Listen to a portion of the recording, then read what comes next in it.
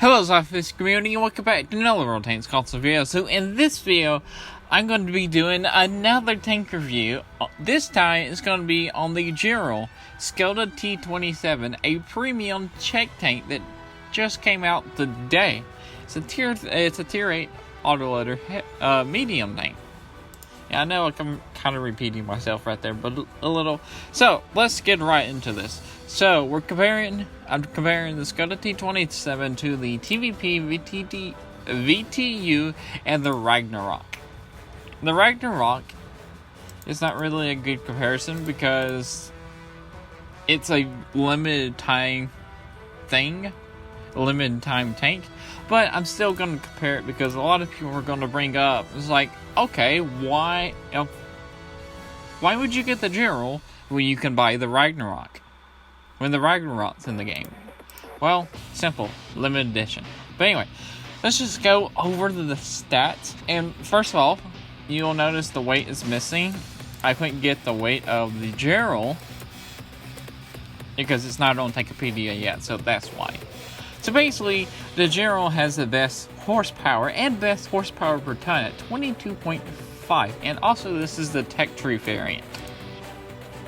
And the Tech Tree variant gets 3 guns, a 100mm at 88 centimeter gun and a 10.5 centimeter, which is the 10.5 centimeter I'm comparing on here. Gets 3 guns that you can mount on the tank when it's fully upgraded. 3 of them. And I'm just doing the 10.5 centimeter because that's the one I like. But anyway, let's get into it. Forward speed of the General and the TVP VTU is 50 kilometers, which is just a little bit behind the Ragnarok. All 3 of these tanks have the same reverse speed, and the General actually has the best fire chance. General rotates at 44 degrees a second, and terrain resistance is worse than the Ragnarok. But turret speed is in the middle of the 2 tanks. Now, the General gets a 8.8 centimeter gun. Its reload is 25 seconds. Again, it's in the middle, but it has the best aim time and accuracy. And also, it's in the middle of moving dispersion, the tank. And it also has the best dispersion while rotating the turret. It has okay gun to elevation, which is very standard for most tanks to have 20 degrees of gun to elevation. It's pretty good gun depression at 8, which is very nice, but its damage is kind of lackluster when you compare it to the other medium tanks at 240, and 295. Penetration is okay at 202. Premium penetration is nothing to brag about at 242, but it's the best in this comparison, and high explosive pen is the worst. And also splash radius is the worst since it is the smallest gun in this comparison. But fear not, the shell velocities are really good for this comparison at 1050 and 1220, but your high explosive shell velocity is very, very bad at 520. Your DPM is 1512, which is the worst out of this comparison, and gets 6.3 rounds per minute, but you get to carry 54 rounds, but your potential damage is almost 13,000, which sucks.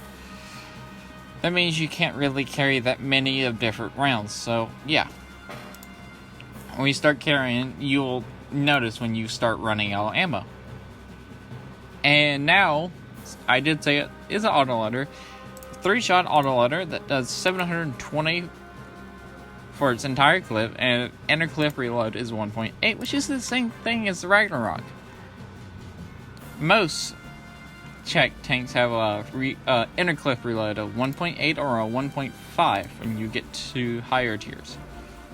Now the turret armor, it doesn't really look that much, but the turret of this tank is very rounded, so it can ricochet shots, but do not rely on the turret armor since it is only 100mm thick. And yeah,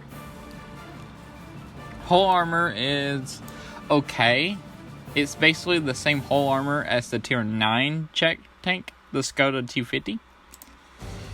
View range is 380, signal range is 850, which is very nice. It has the lowest amount of hit points in this comparison, 1,350. Concealment is in the middle, and its silver boost compared to the Ragnarok, because the Ragnarok is a part of the Crimson tanks, which had the best silver making capacity, but these boosts for tier 8 premium tanks are average, 50% silver boost and 10% XP boost. Very, very average for tier 8 premium tanks. So nothing to really gloat about right there. So that's it about the tank comparison. Now let's actually get to see what this tank can actually do on the battlefield. Alright, so we ended up on Arctic region, and if I remember correctly, we are not top tier because I just seen a Type 4 Heavy. I think that was a Type 4 Heavy. But yeah.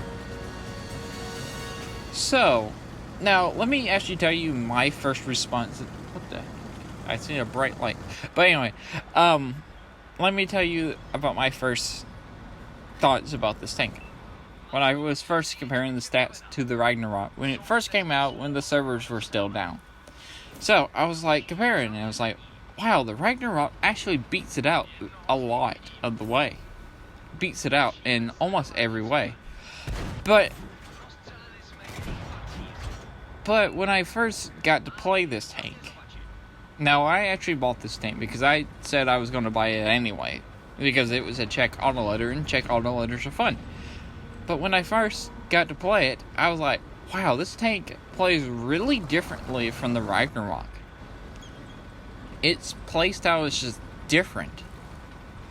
It's more like a sniping medium tank than the Ragnarok, because it's has better aim time, better accuracy, better shell velocities, and stuff like that. But it just feels very nice to just snipe with, or to get up there and try to use your turn armor, because your turn armor will occasionally bounce shots instead of in the Ragnarok. Now right here, I actually get hit hard by ISU 152, which also takes out my driver. So there goes half of my hit points. So, my thing is, now I'm also trying to figure out where the heck did he just hit me at, because I wasn't paying attention where it hit me at. So, yeah. Oh yeah, maybe I should actually go over, hey, this is the stuff I'm have in my tank, since I'm just a little bit sniping right here. Okay, so in the general, I am using vertical stabilizers, camo net, and binocs. And my crew loadout is my tier 10 Czech loadout and my TVP 5051, which has controlled impact, swimming lessons that will come into play later on. You'll understand why. Green Thumb, Sixth Sense, Deadeye, Camouflage, Mentor, Repairs, Brothers in Arms, and its training, Smooth Right. Now, so I just noticed that there are 3 heavy tanks down there getting really, really close to our base. I'm like, okay, I'm going to fall back, and I'm also telling my platoon mates, which I'm playing with Dookie Brown when he was streaming, and 2 others. So I was like, okay, I'm going to defend the base, and I also told him that there's 3 heavy tanks right here at the base, and the first one I'm actually going to start shooting at is the hard case. And I also do want to mention that we are against another platoon, against another streamer called Marky J. Meach. He's a community ambassador and a community contributor. He's another community contributor, and he's trying out this same tank. So yeah, it's basically what we're going against. But right now I'm trying to spot the hard case back up to figure out where the heck it went to. And right now I'm trying to figure out, what did I want to do? I really want to take out this hard case, because the hard case, at least put them down to where I can clip them out. I want to take out the hard case and try to go over there and try to get up right beside those 2 heavy tanks and try to clip them out. That's what I really want to, because the ISM is a 3-shot. Well, it's 2-shot. More than likely we'll take a 3rd shot. but I really need that hard case out. So I'm going to try to use my turret armor. Good thing for me is that the hard case is actually not staring at me. Bad thing for me, hard case has a lot of space armor, so it's really, really hard to go through. So that's why I'm loading premium rounds, and I'm trying to hit its gaps in the space armor. But sometimes I'm failing to go through, and sometimes I'm actually hitting. Right now, I'm kind of like, okay, the artillery is right there on the ice, and I know they narrowed this path down since 5.0. So I was like, okay, hopefully the artillery won't back up or knock me into the water, because that will be bad. Even though I have swimming lessons, it's going to kill us both, because when I come up,